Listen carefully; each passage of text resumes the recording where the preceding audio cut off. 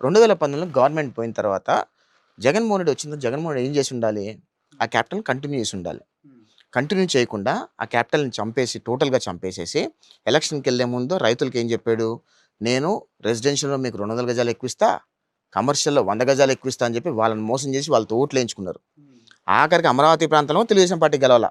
ఎందుకు గెలవల? జగన్మోహన్ రెడ్డి చెప్పిన మాటలు నమ్మి మోసపోయారు అక్కడ ఉన్న రైతులు. ఏ రకంగా మోసపోయారో మనం చూసాం దాని తర్వాత. 3 రాజధానులను కనీసం ఒక్క రాజధాని కూడా కట్టల ఆ రోజు. 5 సంవత్సరాలు కాలయాపన చేశారు. మేమొచ్చిన తర్వాత మళ్ళీ దాన్ని చదును చేయటానికి దాదాపు సంవత్సరం పట్టింది మొత్తం అంతా. అంటే జంగిల్‌లాగా తయారైంది మొత్తం అంతా.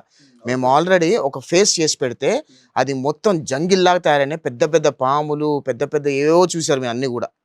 సో, అవంతా క్లియరెన్స్ చేసుకొచ్చి ఇప్పుడు మళ్ళీ 24/7 కన్‌స్ట్రక్షన్ చేయడానికి మొత్తం యంత్రాంగాన్ని మొత్తం దింపుతున్నారక్కడ.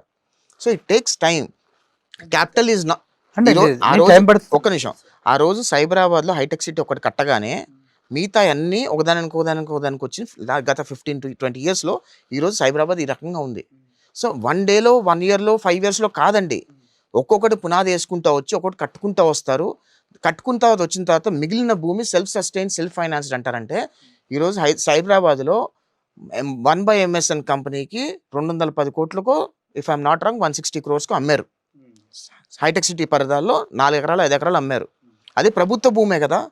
సో, ప్రభుత్వ భూమి ఆ రోజు చంద్రబాబు నాయుడు గారు సైబరాబాద్ పెట్టిన రోజుల్లో ఆ రోజు ఎకరం విలువ నాకు తెలిసి మాక్సిమం 10 లక్షల కంటే ఎక్కువ ఉండకపోవచ్చు. ఆ రోజుల్లో 10 లక్షల కంటే ఎక్కువ ఉండకపోవచ్చు. ఈరోజు 160 కోట్లకు పలికింది అంటే ప్రభుత్వం భూమి మొత్తం సేకరించి అక్కడ పెడితే ప్రభుత్వమే అమ్ముకుందిగా భూమిని. సో, రేపు కూడా అమరావతిలో కూడా ఈ 1,00,000 ఎకరాలు సేకరించిన తర్వాత కూడా ఎయిర్‌పోర్ట్‌కి ఇంత కావాల్సి వస్తది. మళ్ళీ కొత్త ఇంటర్నేషనల్ ఎయిర్‌పోర్ట్ కట్టాలనుకుంటున్నారు. విజయవాడ ఎయిర్‌పోర్ట్ చిన్న ఎయిర్‌పోర్ట్ అని కాదు. అమరావతిలో కొత్త ఎయిర్‌పోర్ట్ కట్టాలనుకుంటున్నారు. దానికి అలా అన్ని రకాల సౌకర్యాలు సమకూర్చడానికి ల్యాండ్ పూలింగ్ చేసి మిగిలిన భూమి ప్రభుత్వం దగ్గరే ఉంటది తప్పితే వేరేవాళ్ళు ఎవరి దగ్గరికి వెళ్ళరు. ప్రభుత్వం ఎప్పుడైతే ఇది మొత్తం బిల్డ్ అయిన తర్వాత అవసరాలకు అనుకూలంగా ప్రభుత్వం అమ్ముకుంటూ వచ్చినప్పుడు ప్రభుత్వానికి ఆదాయం కలుగుతుంది. That is self sustain project. Okay. So, అన్నీ ఒక ఓవర్ నైట్‌లో అయిపోవు. ఖచ్చితంగా చంద్రబాబు నాయుడు గారు రేపు ఎలక్షన్స్‌కెళ్ళే టైంకి ఒక కొలిక్కి తీసుకొస్తా అని చెప్తున్నారు. పోలవరం పూర్తి చేస్తామని చెప్తున్నారు. ఖచ్చితంగా దాని మీద ఉంటాం మేము. We will honour thought.